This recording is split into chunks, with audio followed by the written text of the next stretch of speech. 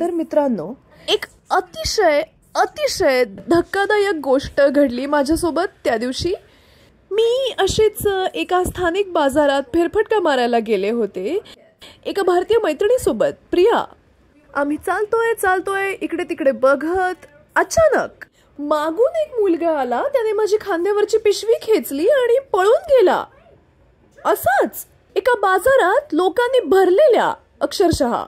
आणि माझ्या ते लक्षात आलं आणि मी ओरडले, ए कोणी त्या चोराला पकडा, त्याने माझी पिशवी पळवली आहे. तुम्हाला माहितीये, काही खरोखरच धीट पुरुष त्याच्या मागे गेले. त्यांनी त्याची गचांडी धरून त्याला माझ्यापर्यंत खेचत आणलं. मी माझी पिशवी परत घेतली आणि मी म्हणाले, अरे बदमाश मुला, पोटा पाण्यासाठी काही भलं काम कर. हा तो मार्ग नव्हे. नक्कीच मी म्हणाले, मी तुमची आभारी आहे त्या धीट पुरुषांना. आणि प्रिया म्हणाली, तुला माहितीये लिंडा, तू खरोखर भाग्यवान आहेस. जेव्हा माझी पिशवी अशी खेचून नेली होती तेव्हा धीट पुरुष नाही आले माझ्या मदतीला. हे अविश्वसनीय आहे. मला खरोखरीच भाग्यवान आणि धन्य वाटतंय एकाच वेळी. मला थंड चहा मिळेल का? इथे खरंच गरमी आहे.